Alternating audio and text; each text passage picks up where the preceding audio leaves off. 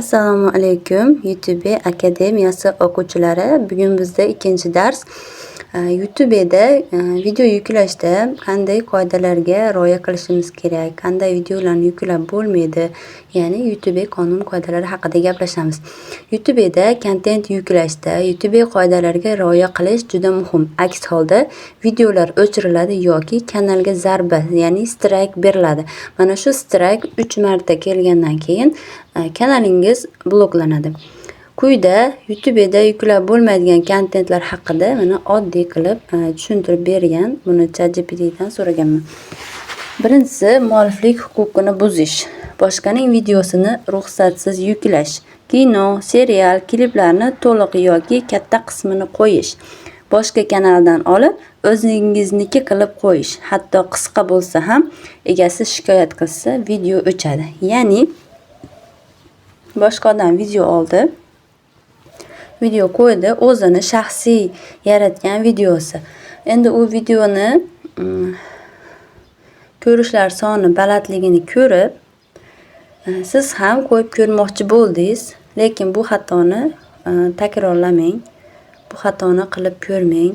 Chunki o'sha odam siz uni videosini o'zingiz yukladingizda hech qanday o'zgartirishsiz yuklaganingizdan keyin u insondan ham ko'ra ko'proq sizni videoyingiz rekomendatsiyaga chiqib ketsa yoki chiqmagan taqdirda ham u insonga u inson o'sha videosiga shu mualliflik huquqini qo'yib qo'ygan bo'lsa, shunaqa qilsa ham bo'ladi. Agar qo'yib qo'ygan bo'lsa, unga boradi, mana shu inson, mana shu kanal seni videoyingni qo'ydi deb. U inson endi sizga shikoyat tashlasa, videoni o'chirishga majbur bo'lasiz yoki kanalingizni blokka tiqib qo'yish ham mumkin, haqqi bor.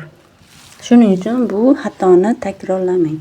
Va mana kino va seriallardagi kliplarni to'liq yoki katta qismini qo'yish. Ya'ni 5 sekunddan qirqib mana Instagramda yoki YouTube'da ham bormi yo'qmi unaqa ko'rmaganman. Instagramda bilsanglar mana shu kino shunaqa bo'ldi deb ozginadan qo'yadi-da, haligi Telegram botni qo'yib qo'yadi, shu botdan yuklab olsanglar bo'ladi u bu deb. Xuddi shunaqa qilib, o'sha 5 sekunddan qilib, o'sha nima joyini, qiziq joyini ozgina 5 sekunddan ko'p, 4 sekund iloji bo'lsa qirqib turib qo'ysanglar, unda ham o'sha 15 sekunddan oshmasin imkon qadar, 20 sekund. Shunday qilib qo'ysangiz sizga jalbi tushmaydi, lekin katta qismini qo'ysangiz albatta sizga jalbi tushadi. Va mana boshqa kanaldan olib o'zingizniki qilib qo'yish, bu ham noto'g'ri. Albatta siz u videoni o'zgartirishingiz shart. O'zingizdan nimadir qo'shishingiz shart.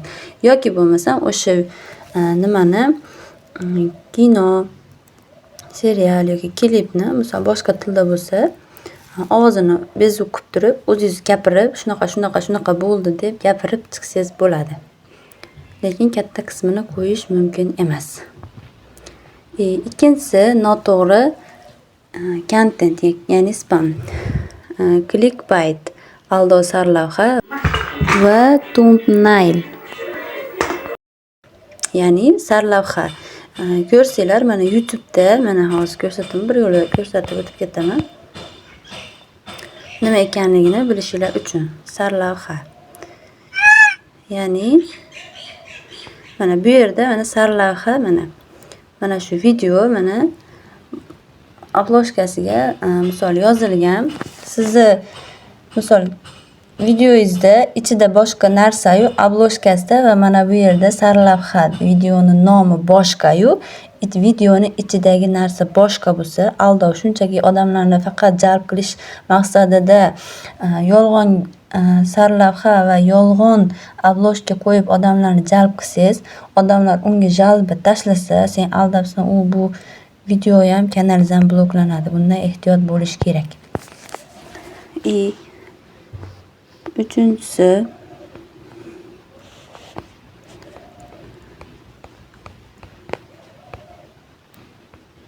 mana bir xil videoni qayta yuklash. Men aynan mana shu narsa bilan monetizatsiyasi ishlab turgan kanalimni monetizatsiyasi o'chib qoldi yaqinda bilgan bo'lsanglar. Buni ham hozir birato'la ko'rsatib o'tib ketaman. Mana shu Angela kanalimni monetizatsiyasi yongandi. Mana bu yerda mana ko'rsanglar, monetizatsiya yonib ishlayotgandi. $40 pul ishlaganda mana shu yaqinda o'chib qoldi. Mana content original emasligi tasdiqlangan. Content original emas, ya'ni bu yerda o'sha bir-biridan deyarli farq qilmaydigan videolar, juda ko'p oson suratga olinadigan videolar kiradi. Mana bu yerda mana shu 4 tali Angela videosini mana 11 sekund qilib, lekin bu bir xil emas. Misol uchun mana buni o'sha har xil holatda, har xil kiyimda, musiqasi har xil, nimasi boshqa, lekin haligi videoni tuzish formati bir xil bo'lgani uchun o'sha tomosha sonini oshirish maqsadida sen qayta bir xil formatda kontent yaratgansan deb bloklab qo'ydi. Mana ko'rsanglar 10.000, 4.000, 10.000, mana 4.000, 11.000 ko'rilgan. Bu birdaniga chiqib ketgan edi. Lekin ya'ni shunaqa bir xil formatdagi videolardan qayta foydalanish. Ya'ni ichidagi kadrlar har xil bo'lsa ham formati bir xil bo'lmasligi kerak ekan va foydasiz, odamni aldovchi videolarni ham joylash mumkin emas. Va uchinchisi, zo'ravonlik va dahshatli kontentlar, qattiq urishish, qonli sahnalar, odam yoki hayvonga zarar yetkazish, qo'rqinchli, travmatik videolarni ham yuklab bo'lmaydi. Mana shu qoidabuzarlikni ham men o'zim boshimdan o'tkazdim, hozir ko'rsataman. Mana shu videoni men o'sha Instagramda qidiruvdan kulgili videolar deb yozganimda eng baland rekomendatsiyaga chiqqan, ko'rishlar soni baland bo'lgan video bo'lib chiquvdi. Shu videoni sinov tariqasida qo'yib ko'rdim. Hozir ko'rasizlar mana. Mana shu oddiy mana boshiga urgan, urgandan keyin kulgili holatda nima qilib ko'rsatganda, montaj qilib ko'rsatgan, lekin buni YouTube o'sha odamga jarohat yetkazish to'g'risidagi videolar qatoriga qo'shgan buni. Va o'sha yuklayotgan paytimda bunga e'tiroz tushmaganda, yuklagandan keyin 2 kundan keyin bunga e'tiroz tushdi, videoni bloklab qo'ydi. Hozir ko'rsataman. Mana shu yerda mana hamjamiyat qoidalari, YouTube qoidalari, mana zararli, mana kontentni hozir men o'chirib tashlaganman-da. O'sha bloklagandan keyin o'chirganman. Mana kontent o'chirilgan. Zararli yoki xavfli kontent atiga mana 10 sekund. Voqeadan bexabar shaxslarning ijtimoiy xavf ostida qolganligiga ishontiruvchi yoki haqiqiy jismoniy shikast yetkazadigan prank kontent YouTube'da taqiqlangan. Ta'limga oid hujjatli, ilmiy yoki badiiy kontent uchun cheklangan istisnolar qilishimiz mumkin. Ko'ryapsizlar, mana sizlarga yaqqol dalil, isbot. Mana hamjamiyat qoidalariga oid ogohlantirish. Birinchi marta shunchaki ogohlantiramiz deb ogohlantiryapti. Men buni bir marta qo'ydim.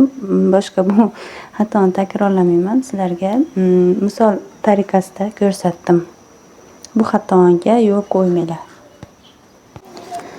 Ko'ryapsizlar,